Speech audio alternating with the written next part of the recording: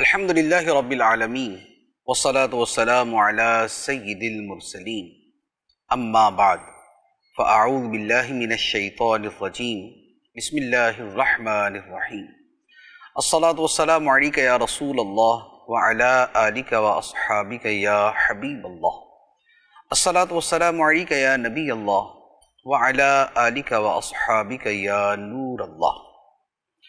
سرکار دو عالم نور مجسم صلی اللہ تعالی علیہ وآلہ وسلم کا فرمان علی شان ہے، بروز قیامت دہشتوں اور دشوار گزار گھاٹیوں سے جلدی نجات پانے والا شخص وہ ہوگا جس نے دنیا میں مجھ پر کثرت سے درود پڑھا ہوگا۔ صلو علی الحبیب صلی اللہ تعالی علی محمد صلی اللہ علیہ وسلم۔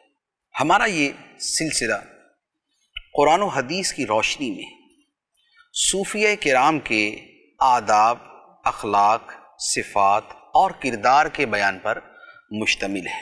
قرآن مجید کے بڑے بنیادی موضوعات میں سے ایک موضوع یہ ہے کہ اللہ تعالیٰ کے پیاروں کا ذکر کیا جاتا ہے۔ اس میں انبیاء علیہم الصلاۃ والسلام بھی شامل ہیں اور اولیاء کرام بھی شامل ہیں، جیسے حضرت مریم رضی اللہ تعالیٰ عنہا کا ذکر، اسی طرح حضرت سلیمان علیہ الصلاۃ والسلام کے وزیر آصف بن برخیہ کا ذکر، حضرت لقمان رضی اللہ تعالیٰ عنہ کا ذکر، اور اسی طرح اصحاب کہف، وہ نوجوان جو اللہ کی محبت میں اور اللہ پر ایمان لانے کی وجہ سے اپنی قوم سے ہجرت کر گئے کہ لوگ انہیں تنگ کرتے تھے۔ یہ سارے تذکرے قرآن مجید میں موجود ہیں، اور احادیث مبارکہ میں بھی اولیاء کرام کا تذکرہ یعنی اللہ کے دوستوں کا تذکرہ منفرد انداز میں اور مختلف رنگوں میں موجود ہے۔ اگر ان تمام آیات و احادیث کو جمع کریں تو ایک بہت بڑا ذخیرہ ہمارے ہاتھ میں آتا ہے۔ اس میں سے کچھ منتخب چیزیں میں آپ کے سامنے عرض کروں گا۔ ہمارے عرف میں اولیاء کے لیے لفظ صوفیہ استعمال کیا جاتا ہے۔ اولیاء کا لفظ تو قرآن میں، احادیث میں بڑا واضح طور پہ موجود ہے، لیکن چونکہ اصطلاحات میں حد بندی نہیں ہوتی کہ اس اصطلاح کے علاوہ کوئی دوسرا لفظ بولا ہی نہیں جا سکتا، ایسا نہیں ہوتا، بلکہ مختلف انداز میں تعبیر کیا جاتا ہے۔ جیسے نبی پاک علیہ الصلاۃ والسلام کے فرمان مبارک کو حدیث بھی کہا جاتا ہے، سنت بھی کہا جاتا ہے، فرمان نبوی بھی کہا جاتا ہے، رشد و ہدایت کی باتیں بھی کہا جاتا ہے، تو مختلف الفاظ کے ساتھ تعبیر کیا جاتا ہے۔ اولیاء کرام کو لفظ صوفیہ کے ساتھ کیوں تعبیر کیا جاتا ہے، اور جس علم کا تعلق اس خاص باطنی امور کے ساتھ ہو اسے لفظ تصوف سے کیوں تعبیر کیا جاتا ہے، اس کی وجہ یہ ہے کہ لفظ تصوف یہ بنا ہے صوف سے۔ صوف عربی زبان میں کہتے ہیں اون کو، جو اون جس سے کپڑا بنتا ہے اس اون کو عربی زبان میں صوف کہتے ہیں۔ پچھلے زمانے میں اون کا کپڑا یہ سادگی کی علامت تھی، اور جو نیک لوگ دنیا سے بے رغبتی اختیار کر کے سادہ لباس پہنتے تھے، سادہ خوراک کھاتے تھے، تو ان کے اس سادہ لباس کی وجہ سے ان کے لیے لفظ صوفی استعمال کیا گیا، اور پھر اس کے بعد یہ لفظ عام ہو گیا، اور یہ لفظ پھر مسلمانوں میں بڑی کثرت کے ساتھ شرق و غرب میں استعمال ہونے لگا۔ بنیادی طور پہ جو تصوف ہے اور جو صوفیہ کرام ہیں، اس کا جو مرکزی مقصد ہے وہ ہے تزکیہ نفس، اپنے نفس کو برے اخلاق سے پاک کرنا اور اچھے اخلاق کا عادی بنانا۔ بنیادی طور پہ تصوف یہ ہے، اور صوفیہ وہ ہیں کہ جو تزکیہ نفس کا کام کرتے ہیں، یعنی اپنی زندگی کو اچھے اخلاق سے متصف کرتے ہیں اور برے اخلاق سے اپنے نفوس کو پاک کرتے ہیں۔ احادیث مبارکہ کی روشنی میں اگر اس تصوف کی بنیاد کو دیکھیں تو بخاری شریف کی مشہور حدیث جبرائیل سے اس کا بڑا واضح ثبوت ملتا ہے کہ جبرائیل امین علیہ الصلاۃ والسلام نے نبی کریم صلی اللہ تعالیٰ علیہ وآلہ وسلم سے سوال کیا، مل احسان، یا رسول اللہ احسان کیا ہے؟ سرکار دو عالم صلی اللہ تعالیٰ علیہ وآلہ وسلم نے جواب دیا ان تعبد اللہ کأنک تراہ فإن لم تکن تراہ فإنہ یراک۔ احسان یہ ہے کہ تو اللہ کی عبادت ایسے کر گویا تو خدا کو دیکھ رہا ہے، اور اگر یہ نہ ہو سکے تو پھر یہ یقین رکھ کہ خدا تجھے دیکھ رہا ہے۔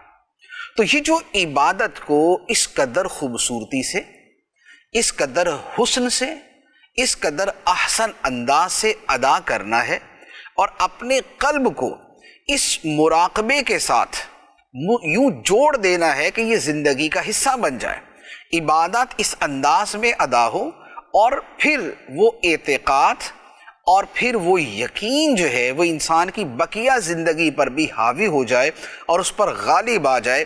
اسی کا نام تصوف ہے، اسی کا نام تزکیہ ہے، اسی کا نام احسان ہے، اسی کا نام طریقت ہے، اور یہی وہ موضوع ہے کہ جو اولیاء کرام اور صوفیاء کرام کے درمیان جس پر بہت کلام کیا جاتا ہے اور جس پر عمل کیا جاتا ہے۔ تو بنیادی طور پہ تصوف جو ہے یہ اسے احسان کہہ لیں، اسے تصوف کہہ لیں، اسے سلوک کہہ لیں، اسے طریقت کہہ لیں، ان سب کے پیچھے بنیادی مفہوم یہی ہے جس کے لیے حدیث میں لفظ احسان استعمال کیا گیا۔ پھر صوفیاء کرام کے ہاں بہت سی صفات ہیں، جو صفات یوں کہہ لیں کہ آپ اگر اولیاء کرام کی سیرت کا مطالعہ کریں تو آپ یہ سمجھ لیں کہ آپ کو ہر ولی کی سیرت میں، ہر صوفی کی سیرت میں، اور اگر آپ کسی ولی یا صوفی کی صحبت پائیں، آپ اس کے پاس بیٹھیں، آپ اس کی زندگی کا مشاہدہ کریں، تو آپ کو یہ اوصاف اس کی زندگی میں غالب نظر آئیں گے۔ اور صوفیاء کرام کی حقیقی پہچان بھی یہی ہے کہ آپ ان کی زندگی کو جن چیزوں سے جانچیں گے یا جن چیزوں کو آپ بطور خاص ان کی زندگی میں دیکھنا چاہیں گے، وہ یہ اوصاف ہوں گے جو قرآن و حدیث کے اندر بیان کیے گئے۔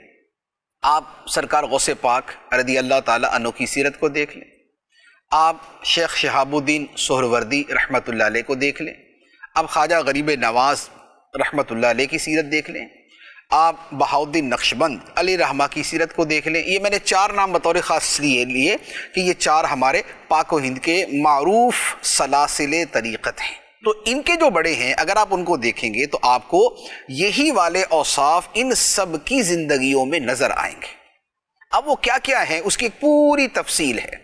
صوفیاء کرام نے، اولیاء کرام نے، علماء کرام نے، اہل طریقت نے وہ بہت ساری چیزیں بیان کی، کسی نے کچھ پہلو لے لیے، کسی نے کچھ پہلو لے لیے، کسی نے کچھ پہلو لے لیے، لیکن یہاں پر چند ایک پر میں کلام کروں گا کہ جسے آپ بڑے واضح طور پہ سمجھ بھی سکیں گے کہ ہاں واقعی اولیاء کرام کی زندگی میں یہ شے بڑی بنیادی ہوتی ہے، اور ہم جس کی سیرت پڑھیں گے ہمیں اس کے ذات میں یہ چیز نظر آئے گی۔ پہلا وصف ہے اللہ تعالیٰ کی محبت۔ دل خدا کی طرف راغب ہوں گے۔ اولیاء کرام، صوفیاء کرام، صالحین کے قلوب اللہ کی طرف مائل ہوں گے، اس کی رضا کی طرف، اس کے قرب کی طرف، اس سے ملاقات کا شوق ہوگا، اللہ تعالیٰ کے ذکر میں ان کو لذت آئے گی، خدا کی باتیں ان کے دل کے سکون کا ذریعہ بنیں گی۔ ان کی زندگی کا عمل بھی یہ ہوگا، ان کے لیے خدا کی عبادت کرنا مشقت کا سبب نہیں ہوگا، کیونکہ وہ عبادت تو خدا سے ہم کلامی کا ذریعہ ہے، وہ عبادت تو انہیں ان کے محبوب کے قریب لے کے جائے گی، تو اس شے سے انہیں مشقت نہیں ہوگی، بلکہ وہ شے بڑی خوشی وہ سر انجام دیں گے۔ اور دوسرا پہلو کیا ہوگا کہ اولیاء کرام کی، صوفیاء کرام کی زندگی میں جو ان کا کلام ہوگا، اس کلام میں بھی اللہ تعالیٰ کا ذکر، اللہ تعالیٰ کی محبت کا ذکر ہوگا۔ وہ خود خدا کے سچے محب ہوں گے اور وہ لوگوں میں اللہ تعالیٰ کی محبت پیدا کرتے ہوں گے۔ ان کے پاس بیٹھنے والوں کے دلوں میں اللہ تعالیٰ کی عظمت کا اعتقاد بڑھ جائے گا، بیٹھنے والوں کے دلوں میں اللہ کے ذکر کا شوق پیدا ہو جائے گا، عبادت کی طلب ان کے دلوں میں پیدا ہو جائے گی۔ کس وجہ سے؟ اس لیے کہ ان اولیاء و صوفیاء کی صحبت سے دلوں میں اللہ کی محبت بڑھ گئی، ان کی گفتگو، ان کے کلام سے اللہ تعالیٰ کی محبت میں اضافہ ہو گیا۔ اور اولیاء کرام اسی محبت الہی کے ذریعے لوگوں کو اللہ کی عبادت کی طرف اور گناہوں سے دور لے جاتے، محبت کی طرف لے کے جاتے ہیں، عبادت کی طرف لے کے جاتے ہیں اور گناہوں سے دور لے جاتے ہیں۔ کیونکہ یہ بڑی واضح بات ہے کہ دل میں جس کی محبت ہوتی ہے اس کی اطاعت کی جاتی ہے، جس کی محبت ہوتی ہے اس کی نافرمانی سے بچا جاتا ہے۔ تو اولیاء کرام اپنے مریدین، اپنے معتقدین، اپنی صحبت میں بیٹھنے والوں کے دلوں میں اللہ تعالیٰ کی محبت اتار دیتے ہیں، اور اس محبت اتارنے کے نتیجے میں وہ لوگ خود بخود عبادت کی طرف، ذکر الہی کی طرف، تلاوت کی طرف، اللہ کی بندگی کی طرف، اللہ کی اطاعت کی طرف، اللہ کے حکم پر عمل کی طرف آ جاتے ہیں۔ تو یہ اولیاء کرام کی زندگی کے اوصاف میں پہلا وصف ہوتا ہے، ان کی صفات میں پہلی صفت ہوتی ہے۔ اور اس محبت کا بیان آپ کو صوفیہ کرام کی جملہ کتابوں میں ملے گا۔ آپ امام ابو القاسم قشیری رحمۃ اللہ علیہ کی مشہور کتاب الرسالۃ القشیریہ پڑھ لیں، آپ حضور داتا گنج بخش علی حجویری رحمۃ اللہ علیہ کی مشہور کتاب کشف المحجوب کا مطالعہ کر لیں، آپ امام غزالی علیہ الرحمہ کی کیمیا سعادت یا احیاء العلوم کا مطالعہ کر لیں، آپ امام ابو نصر سراج علیہ الرحمہ کی کتاب اللمع کا مطالعہ کر لیں، اسی طرح مولانا روم کی کتابیں، مولانا جامی کی کتابیں، یا شیخ شہاب الدین سہروردی رحمۃ اللہ علیہ کی عوارف المعارف آپ دیکھ لیں۔ یہ وہ کتابوں کے میں نے نام دیے جو تصوف کی دنیا کی مایا ناز کتابیں، جو تصوف کی دنیا کی مشہور ترین کتابیں، اور ان سب میں اللہ تعالیٰ کی محبت کا باب ہوگا، محبت کا بیان ہوگا، محبت کے اقوال ہوں گے۔ کیوں؟ اس لیے کہ تصوف اور صوفیت کی بنیاد ہی محبت الہی پر ہے۔ تو یہ اولیاء کرام کا پہلا وصف، اور اسی لیے محبت الہی کے حوالے سے جو اولیاء کرام کے فرامین ہوں گے وہ اتنے خوبصورت ہوتے ہیں اور وہ اتنے جاندار ہوتے ہیں کہ دل میں اتر جاتے ہیں۔ ایک دو اقوال جو ہے وہ میں عرض کرتا ہوں۔ امام ربانی مجدد الفسانی رحمۃ اللہ تعالی علیہ، سلسلہ نقش بندیہ کے عظیم بزرگ، آپ اپنے مکتوبات میں تحریر فرماتے ہیں اس جملے کی جو قوت اور جو اس کے اندر ایک روحانیت ہے، آپ اسے محسوس کریں۔ فرماتے ہیں کہ مقربین بارگاہ الہ یعنی صوفیہ کرام اگر بہشت چاہتے ہیں، اگر جنت چاہتے ہیں، تو اس لیے نہیں کہ ان کا مقصد نفس کی لذت ہے، بلکہ اس لیے کہ جنت خدا کی رضامندی کی جگہ ہے۔ اور اگر وہ دوزخ سے پناہ مانگتے ہیں تو اس لیے نہیں کہ اس میں رنج و الم ہے، بلکہ اس لیے کہ جہنم خدا کی ناراضگی کی جگہ ہے۔ ورنہ مقربین کے لیے، اولیاء کے لیے انعام اور رنج و الم دونوں برابر ہیں۔ ان کا اصل مقصود اللہ کی رضا ہوتا ہے، یعنی عبادت کرنے کا بھی وہ اعلیٰ مقام۔ ہم تو عام لوگ ہیں، ہم تو عبادت کرتے ہوئے جنت بطور خاص پیش نظر، جہنم کا عذاب کا ڈر ہمارے دلوں میں، اور یہ اولیاء کرام کے دلوں میں بھی ہوتا ہے۔ ایسا نہیں ہے کہ جنت سے کوئی صرف نظر کر سکے اور جہنم کو کوئی اگنور کر سکے، ایسا نہیں۔ لیکن بات یہ ہے کہ عمل کی جو محرک اول ہے وہ کیا ہے؟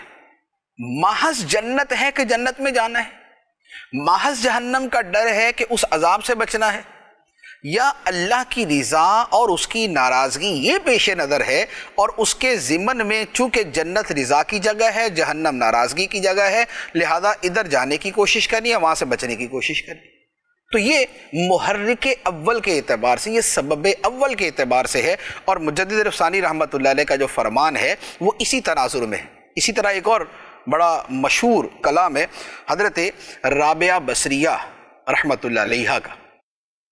آپ اپنی ایک دعا میں عرض کرتی ہیں، اے اللہ، اگر میں تیری بندگی جنت کے لیے کرتی ہوں تو مجھے جنت سے محروم رکھنا، اور اگر میں تیری عبادت جہنم کے ڈر سے کرتی ہوں تو پھر مجھے جہنم میں ڈال دینا، لیکن اگر میں تیری بندگی تجھے پانے کے لیے کرتی ہوں تو مجھے اپنے آپ سے محروم نہ کرنا۔ تو یہ کیا ہے؟ یہ ہے مقصود اصلی کی طرف اشارہ کرنا۔ ورنہ جنت کی جو عظمت ہے وہ تو قرآن میں ہے، خدا نے بیان کی ہے، خدا کے حبیب علیہ الصلوۃ والسلام نے بیان کی ہے، تو اس کو معاذ اللہ اس کی تحقیر نہیں ہو سکتی، اسے کمتر نہیں سمجھا جا سکتا، وہ تو بندہ دین سے نکل جائے گا۔ لیکن اصل مقصود یہ ہے کہ یہ بنیاد بتانا کہ دین کے اندر اصل اصول کیا ہے، دین کے اندر مقصود اصلی کیا ہے، عبادات کے اندر اصل اللہ تعالیٰ کی رضا، اس کی محبت، اس کی خوشنودی، اور باقی چیزیں جو ہے وہ سیکنڈری جو ہے وہ اس کے ضمن میں آ جاتی۔ تو یہ ہے اللہ تعالیٰ کی محبت کے اعتبار سے کلام۔ عام آدمی جو ہے وہ تو بالکل جو ہے وہ جنت پیش نظر رکھے، اس کے لیے دعا بھی کرے، اس کے لیے تڑپے مچلے، سب کچھ کرے، جہنم کے عذاب کے بارے میں پڑھے، سنے، اس کے عذاب سے بچنے کی کوشش کرے، اسے اپنے پیش نظر رکھے، کیونکہ ہمارے جو قلوب کی کیفیت ہے، ہم عام لوگوں کے جو دلوں کی کیفیت ہے وہ یہ ہے کہ یہ والی چیزیں ہمارے لیے زیادہ باعث ترغیب اور باعث ترہیب بنتی۔ لیکن اگر اللہ تعالیٰ یہ مقام عطا فرمائے، ہمارا ایمان اور ہماری محبت اس درجے کی ہو جائے، تو پھر اس انداز کے اندر بھی ہم بات کر سکتے ہیں اور اس انداز سے عمل کر سکتے ہیں۔ تو اپنے آپ کو یوں کہہ لے کہ امپروو کیا جائے، اپنی حالت کو بہتر کیا جائے، اپنے مرتبہ ایمان کو مزید سے مزید مضبوط کیا جائے، یہ سب ٹھیک ہے۔ لیکن جو اولیاء کرام اور صوفیاء کرام کی جو سوچ ہے، یہاں اس کے بارے میں بیان کرنا مقصود ہے کہ وہ کیسی عظیم ہوتی تھی، کیسی خوبصورت ہوتی تھی، اور ان کی زندگیوں میں اللہ تعالیٰ کی محبت کیسے رچی بسی ہوتی تھی۔ تو یہاں اصل مقصود یہ ہے۔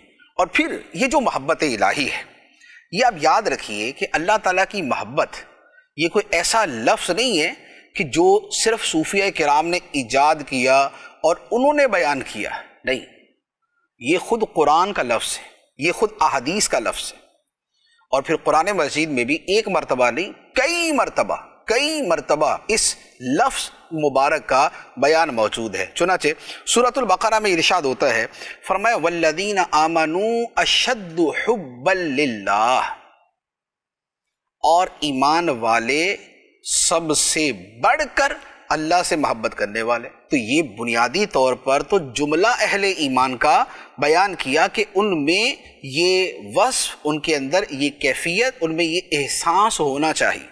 لیکن پھر آگے مراتب کا فرق آ جاتا ہے، کسی میں کم، کسی میں زیادہ، یا ایٹ لیسٹ بتوں کے ساتھ جو تعلق ہے وہ نفرت کا اور عداوت کا ہے، اور اس کے مقابلے میں جو خدا سے تعلق ہے وہ محبت کا ہے۔ تو اس اعتبار سے تو ہر مومن کے اندر اللہ تعالیٰ کی محبت موجود ہے، اور یہ ضرور ہے کہ ہر بندہ مومن کے دل میں خدا کی محبت موجود ہے، خواہ وہ مرتبہ اعتقاد میں ہو یا مرتبہ عمل میں ہو، وہ مرتبہ شعور میں ہو یا مرتبہ لا شعور میں ہو، وہ مرتبہ احساس میں ہو یا مرتبہ عدم احساس میں ہو، فی نفسی ہی محبت موجود ہوتی ہے، اس کے بغیر تو کوئی مومن ہی نہیں ہو سکتا۔ لیکن پھر اس محبت کی اٹھان ہے، اس کے درجات ہیں، اس کے مراتب ہیں، اس کے مقامات ہیں۔ محبت وہ بھی ہوتی ہے کہ کوئی اچھا لگتا ہے، اور محبت یہ بھی ہوتی ہے کہ اس کی خاطر جان قربان کر دی جاتی، دونوں محبت، لیکن دونوں میں فرق ہے۔ ایک آدمی کی محبت اتنی ہے کہ وہ اس محبت پہ کچھ پیسے خرچ کر سکتا ہے، ایک محبت وہ ہے کہ جس میں وہ سب کچھ خرچ کر سکتا ہے، ایک محبت وہ ہے کہ سب کچھ کے ساتھ وہ اپنی جان بھی لٹا سکتا ہے۔ تو یہ کیا ہے؟ یہ مراتب محبت میں فرق ہو گیا۔ تو اولیاء کرام اللہ تعالیٰ کی محبت کی بات کرتے ہیں، اور وہ یہ کہتے ہیں کہ یہ محبت اپنے اعلیٰ درجے کی ہونی چاہیے، یہ درجہ کمال کی ہونی چاہیے، اور وہ درجہ کمال کی محبت یہاں پر آیت مبارکہ میں بیان فرمایا والذین آمنوا اشد حبا للہ، اور ایمان والے سب سے شدید محبت اللہ سے کرتے ہیں۔ اور یہاں ایک اور بات بیان کر دوں کہ شدید محبت کے لیے دوسرا لفظ عشق بھی استعمال ہوتا ہے، شدید محبت کے لیے دوسرا لفظ عشق بھی استعمال ہوتا ہے۔ عشق محبت سے جدا نہیں ہے، یہ اسی محبت کی ایک شدید کیفیت کا نام ہے، لیکن اس کے معنی میں کچھ معنی ایسے ہیں کہ اس معنی کی وجہ سے یہ نہیں کہہ سکتا کہ اللہ تعالیٰ عاشق ہے، اللہ تعالیٰ کے لیے عشق کی نسبت بطور فعل کے یہ منع ہے، لیکن ہاں لوگوں کو، اولیاء کو خدا سے عشق ہے، یہ ٹھیک ہے، اس میں کوئی حرج نہیں۔ تو یوں لفظ عشق کا استعمال بھی درست۔ اچھا، اسی طرح ایک اور آیت مبارکہ جس میں محبت الہی کا بیان ہے، ایک بڑی لمبی آیت مبارکہ ہے جس کے کثیر الفاظ ہیں، اس کے اندر کیا بیان فرمایا؟ فرمایا قل ان کان آباؤکم و ابناؤکم و اخوانکم و ازواجکم و عشیرتکم و اموال اقترفتموها و تجارت تخشون کسادها و مساکن ترضونها احب الیکم من اللہ و رسولہ و جہاد فی سبیلہ فتربصوا حتی یأتی اللہ بامرہ۔ اس آیت مبارکہ میں اللہ تعالیٰ نے بہت سی محبتوں کا بیان کیا، بہت سی محبوب چیزوں کا بیان کیا جن کے ساتھ انسان کو طبعاً محبت ہوتی ہے۔ کیا ہے؟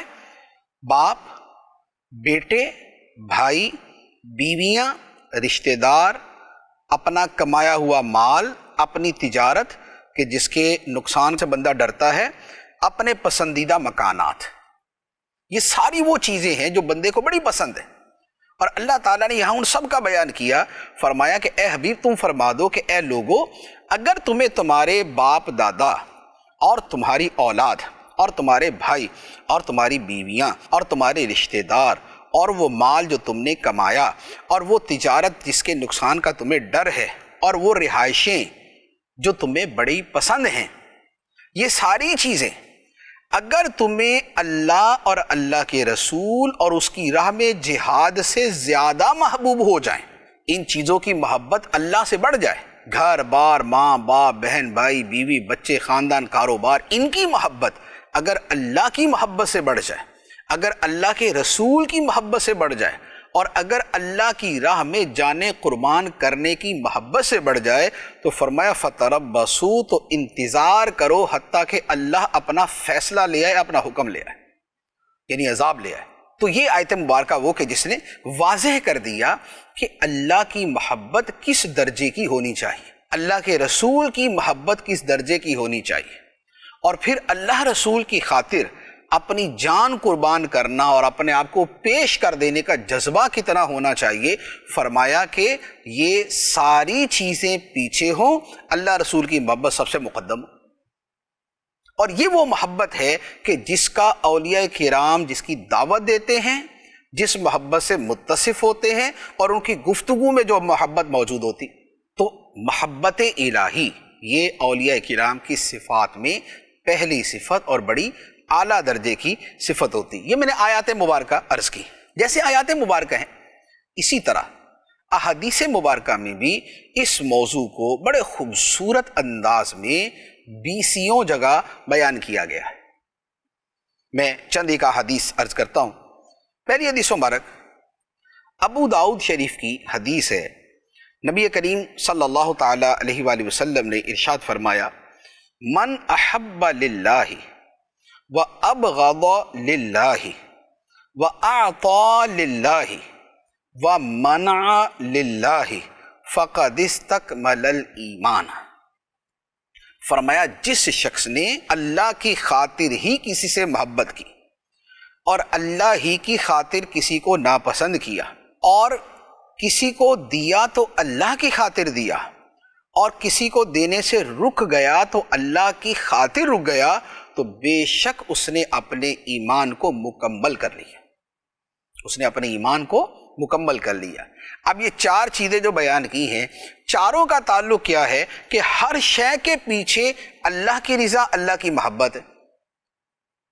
کہ کسی بندے سے، کسی جگہ سے، کسی شے سے محبت تو کس لیے؟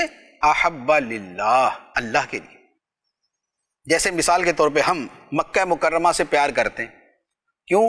اس لیے کہ خدا کا گھر ہے اس میں۔ ہم مدینہ منورہ سے محبت کرتے ہیں، کیوں؟ اس لیے کہ محبوب خدا صلی اللہ علیہ وآلہ وسلم کا وہ شہر مبارک ہے۔ ہم صحابہ کرام سے محبت کرتے ہیں، سیدنا صدیق اکبر، سیدنا عمر فاروق، سیدنا عثمان غنی، سیدنا علی المرتضیٰ، حسنین کریمین، فاطمہ الزہرا، جملہ بنات طیبات، ازواج مطہرات اور صحابہ کرام رضی اللہ تعالی عنہم اجمعین، ہم ان سب سے محبت کرتے ہیں اس لیے کہ یہ محبت خدا کی محبت کی وجہ سے ہے، خدا کے رسول کی محبت کی وجہ سے۔ اولیاء کرام سے محبت کرتے ہیں، کیوں؟ اس لیے کہ یہ خدا سے تعلق رکھتے ہیں۔ ہم علماء دین سے محبت کرتے ہیں، کیوں؟ اس لیے کہ یہ دین کے علماء ہیں، اور دین کیا ہے؟ دین خدا کا پیغام ہے۔ تو چونکہ علماء دین یہ خدا کا دین ہم تک پہنچاتے ہیں تو خدا کی وجہ سے ان سے محبت ہے، تو محبت اللہ کے لیے۔ اور اسی طرح کوئی ناپسند ہے، خواہ وہ جگہ ہے یا وہ بندہ ہے یا وہ عمل ہے یا وہ شے ہے، وہ ناپسند بھی اللہ کی وجہ سے۔ جو بندہ خدا کے وجود ہی کا منکر ہے، جیسے دہریہ، ہمیں اس سے بغض ہے، ہمیں وہ پسند نہیں، کیوں؟ اللہ کی وجہ سے۔ جو خدا کے ساتھ کسی بت کو یا کسی بندے کو شریک ٹھہراتا ہے، ہمیں وہ ناپسند ہے، کیوں؟ اللہ کی وجہ سے، کہ اس نے خدا کی قدر نہیں کی جیسی کرنی چاہیے تھی۔ اسی طریقے سے جو گستاخ رسول ہے، جو گستاخ صحابہ ہے، جو گستاخ اولیاء ہے، ہمیں ناپسند ہے، کیوں؟ اس لیے کہ وہ اللہ کے نبی کی بارگاہ میں گستاخ ہے، وہ اللہ کے دوستوں کی بارگاہ میں بے ادب ہے۔ تو ہمارا ناپسند کرنا بھی اللہ کی وجہ سے، تو محبت رکھنا اللہ کی وجہ سے، ناپسند کرنا اللہ کی وجہ سے۔ اسی طرح اگلی بات کیا بیان فرمائی کہ اس کا کسی کو دینا بھی اللہ کی وجہ سے اور کسی کو نہ دینا بھی اللہ کی وجہ سے۔ مسجد میں بندہ دیتا کیوں؟ ذاتی فائدہ تو نہیں ہے، اللہ کی محبت میں دیتا ہے۔ کسی مدرسے میں دیتا ہے، کسی جو ہے وہ دیندار کی خدمت کرتا ہے، کوئی دین کا مبلغ ہے، وہ اس کے لیے سہولیات پرووائڈ کرتا ہے، کیوں؟ اللہ کے لیے۔ یا نیک آدمی ہے، اس نیک بندے کو کوئی شخص اس کی خدمت کے لیے کچھ پیش کرتا ہے، کیوں؟ اس لیے کہ یار نیک آدمی ہے، یہ خدا کی بندگی کرنے والا ہے۔ اور کسی سے روکتا ہے، کسی کو نہیں دیتا تو بھی اللہ کے لیے، کہ میں اسے دوں گا تو یہ گناہ کے کام میں خرچ کرے گا، لہذا میں اسے نہیں دوں گا، خدا کی نافرمانی کے کام میں خرچ کرنا میں اسے نہیں دوں گا۔ تو اب آپ دیکھیں کہ حدیث مبارک کا جو سارا مفہوم ہے وہ سارے کا سارا اللہ کی محبت کے گرد گھومتا ہے۔ کسی سے محبت ہے اللہ کی خاطر، کسی کو ناپسند کیا اللہ کی خاطر، کسی کو دیا اللہ کی خاطر، کسی کو دینے سے رک گیا تو بھی اللہ کی خاطر۔ تو فرمایا کہ جس میں یہ خوبیاں پائی جائیں گی فَقَدِ اسْتَكْمَلَ الْإِيمَانَ، تو بے شک اس نے اپنے ایمان کو مکمل کر لیا، اس نے اپنے ایمان کو مکمل کر لیا۔ سبحان اللہ۔ اگلی حدیث مبارک بھی بڑی خوبصورت ہے، اور اس میں محبت کی کئی اور صورتوں کا، کئی اور جہتوں کا بیان ہے۔ وہ کیا ہے؟ ترمذی شریف کی حدیث ہے، حضرت ابو درداء رضی اللہ تعالی عنہ سے روایت ہے، رسول کریم صلی اللہ تعالی علیہ وآلہ وسلم نے ارشاد فرمایا کہ حضرت داؤد علیہ السلام کی دعا میں یہ دعا بھی شامل تھی، داؤد علیہ السلام کی دعا میں یہ دعا بھی شامل تھی، اور نبی پاک علیہ السلام نے بطور ترغیب کے اس دعا کو بیان فرمایا۔ وہ دعا کیا ہے؟ اللہم انی اسألک حبک وحب من یحبک والعمل الذی یبلغنی حبک اللہم اجعل حبک احب الی من نفسی واہلی ومن الماء البارد۔ سبحان اللہ۔ حضرت داؤد علیہ السلام عرض کرتے تھے، اے اللہ میں تجھ سے تیری محبت کا سوالی ہوں، اے اللہ میں تجھ سے تیری محبت کا سوالی ہوں، وَحُبَّ مَن يُحِبُّكَ، اور اے اللہ جو بندہ تجھ سے محبت کرتا ہے مجھے اس کی بھی محبت عطا کر دے، یعنی جو خدا کا محب ہو اس سے بھی محبت۔ تو یہ دوسرا محبت کا سوال۔ تیسرا وَالْعَمَلَ الَّذِي يُبَلِّغُنِي حُبَّكَ، اور اے اللہ میں تجھ سے اس عمل کا سوال کرتا ہوں جو عمل مجھے تیری محبت تک پہنچا دے۔ اللہ اکبر، سبحان اللہ۔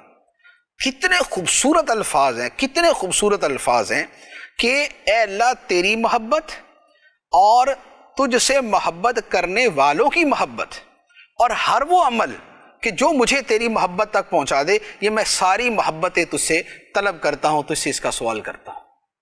اور پھر اگلے الفاظ دیکھیں، سبحان اللہ، فرمایا اے اللہ اجعل حبک احب الی، اے اللہ تو اپنی محبت میرے نزدیک میری جان، میرے اہل خانہ اور ٹھنڈے پانی سے بھی زیادہ محبوب بنا دے۔ اے اللہ میرے دل میں اتنی محبت ہو کہ جو مجھے اپنی جان سے محبت ہے، اس محبت سے بڑھ کر مجھے تیری محبت محبوب ہو۔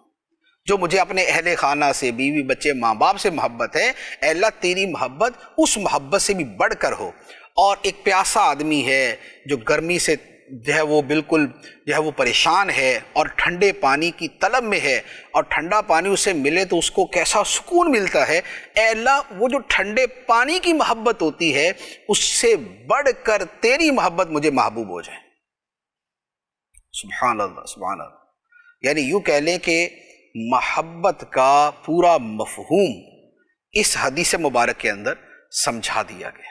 اب آپ اس حدیث مبارک کے الفاظ کو اگر تھوڑا سا مزید ڈیٹیل کے ساتھ دیکھیں تو آپ کے سامنے کیا باتیں آئیں گی؟ حضرت داؤد علیہ السلام نے دعا کی، نبی پاک صلی اللہ تعالیٰ علیہ وآلہ وسلم نے اسے ذکر فرمایا، اور یہ ہماری ترغیب کے لیے، اور خود آقا کریم صلی اللہ علیہ وآلہ وسلم کی اپنی بھی یہ دعا موجود کہ آپ نے بھی یہ دعا فرمائی۔ اب وہ دعا کے جو الفاظ ہیں اس میں اللہ کی محبت کتنے پہلوؤں سے آئی؟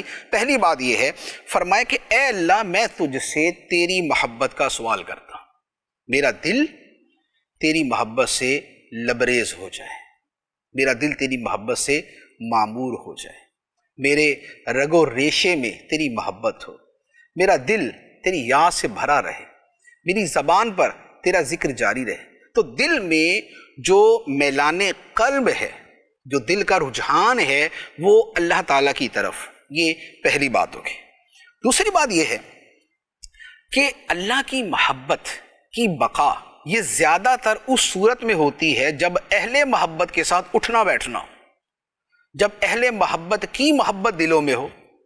من یحبک، اے اللہ جو لوگ تجھ سے محبت کرتے ہیں تو مجھے ان کی بھی محبت عطا فرما دے۔ اے اللہ جو تجھ سے محبت کرتے ہیں تو مجھے ان کی بھی محبت عطا فرما دے۔ اب اللہ سے محبت کرنے والے کون ہیں؟ یہی اولیاء کرام، انبیاء علیہ الصلوۃ والسلام، صحابہ کرام، اہل بیت کرام، اولیاء کرام، صوفیاء کرام، یہی تو ہیں جو اللہ تعالیٰ سے محبت کرنے والے ہیں۔ تو ان کی محبت کا اللہ تعالیٰ سے سوال، اب گویا اگر آپ اسے مزید ڈیٹیل میں لے جائیں تو اس کا مطلب یہ بنے گا کہ اے اللہ مجھے غوث پاک شیخ عبد القادر جیلانی کی محبت عطا کر دے، یعنی ہم اپنے اعتبار سے کہتے ہیں اے اللہ مجھے خواجہ معین الدین چشتی اجمیری رحمۃ اللہ علیہ کی محبت عطا کر دے، اے اللہ مجھے شیخ شہاب الدین سہروردی کی محبت عطا کر دے، اے اللہ خواجہ بہاؤالدین نقشبند کی محبت عطا کر دے، اے اللہ داتا صاحب کی محبت عطا کر دے۔ کیوں؟ اس لیے کہ یہ سارے کے سارے من یحبک میں شامل ہیں۔ من یحبک، جو لوگ اے اللہ تجھ سے محبت کرتے ہیں، یہ اس میں شامل ہے۔ جب یہ اس میں شامل ہیں اور دعا کے اندر ان کی محبت کو مانگا گیا تو پھر گویا ایک ایکسپلین ورڈنگ کے اندر یہ خود ان کی محبت کا سوال ہوا۔ اس کا مطلب یہ ہوا کہ خود صوفیاء کی محبت، خود اولیاء کی محبت، یہ خود مطلوب شرع ہے، یہ خود مطلوب دین ہے۔ اور یہاں حدیث مبارک کے اندر اس محبت کا سوال کیا گیا، اور یہی محبت ہے کہ جس کی وجہ سے شیخ کامل، مرشد کامل اور ایک پیر کو جو ہے وہ بندہ اپنی زندگی میں شامل کرتا ہے اور اس کی بیعت کرتا ہے۔ وہ کیوں؟ اس لیے کہ وہ من یحبک میں شامل ہوتا ہے، اور بیعت کے ذریعے اس سے وہ محبت جو ہے وہ اسے لی جاتی ہے، سیکھی جاتی ہے۔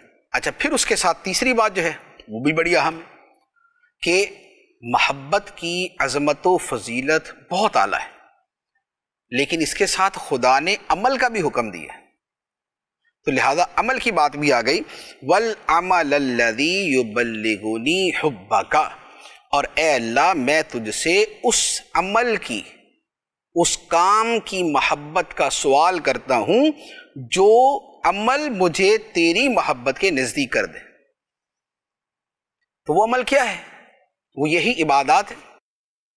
نماز یہ خدا کی محبت کے قریب کرتی، اللہ کی محبت میں مال خرچ کرنا یہ خدا کی محبت کے قریب کرتا ہے، روزے رکھنا، خدا کی خاطر بھوکا پیاسا رہنا اللہ کی محبت کے قریب کرتا ہے۔ حج ایک ایسی عبادت کہ جو ظاہراً جو ہے وہ سمجھ میں آنے والی نہیں، لیکن اس کے اندر جو محبت کے آثار ہیں بڑے نمایاں ہیں۔ اسی طرح تلاوت قرآن، خدا کا کلام پڑھنا، اسی طرح اللہ کا ذکر ہے، اللہ تعالیٰ کو یاد کرنا، یاد کرنا، یاد کرنا، یاد کرنا۔ یہ کیا ہے؟ یہ وہ عمل ہے کہ جو خدا کی محبت تک لے جانے والا ہے۔ تو گویا اللہ تعالیٰ سے یہ سوال کیا کہ اے اللہ نیک اعمال کی محبت بھی ہمارے دلوں میں ڈال دے، نیک اعمال کی محبت بھی ہمارے دلوں میں ڈال دے۔ تو لہذا خدا کی محبت، خدا کے محبوں کی محبت، اور جو عمل خدا کو پسند ہیں اور جن کی محبت خدا تک لے جاتی ہے ان کی محبت۔ اور پھر وہ محبت بھی کیسی؟ اللہ تعالیٰ کی محبت کیسی؟ عرض کی اے اللہ اپنی محبت اتنی محبوب کر دے جتنی مجھے اپنی جان ہے، اپنے اہل خانہ ہے، اور ٹھنڈا پانی ہوتا ہے اس سے بڑھ کر، ہر شے سے بڑھ کر اللہ تعالیٰ کی محبت ہمارے دلوں میں ہو جائے۔ تو صوفیاء کرام، اولیاء کرام کا یہ پہلا وصف اور ان کی پہلی تعلیم اور ان کی صحبت کی جو برکات ہے اس کی یہ اولین برکت ہے۔ اسی لیے آپ دیکھتے ہوں گے کہ جو اولیاء کرام، صوفیاء کرام، صالحین کی صحبت میں بیٹھتا ہے تو اس پہ رنگ چڑھنا شروع ہو جاتا ہے، نماز کا، تلاوت کا، ذکر الہی کا، درود پاک کا، عبادت کا، بندگی کا، نیکی کا۔ کیوں؟ اس لیے کہ وہ محبت کے رنگ میں رنگتا چلا جاتا ہے۔ اللہ تبارک و تعالی ہمیں یہ محبت عطا فرمائے، اولیاء کرام کا یہ وصف، یہ صفت بھی ہمیں عطا فرمائے، اور اولیاء کرام کے فیضان سے مالا مال فرمائے۔ آمین بجاہ النبی الامین صلی اللہ علیہ وسلم۔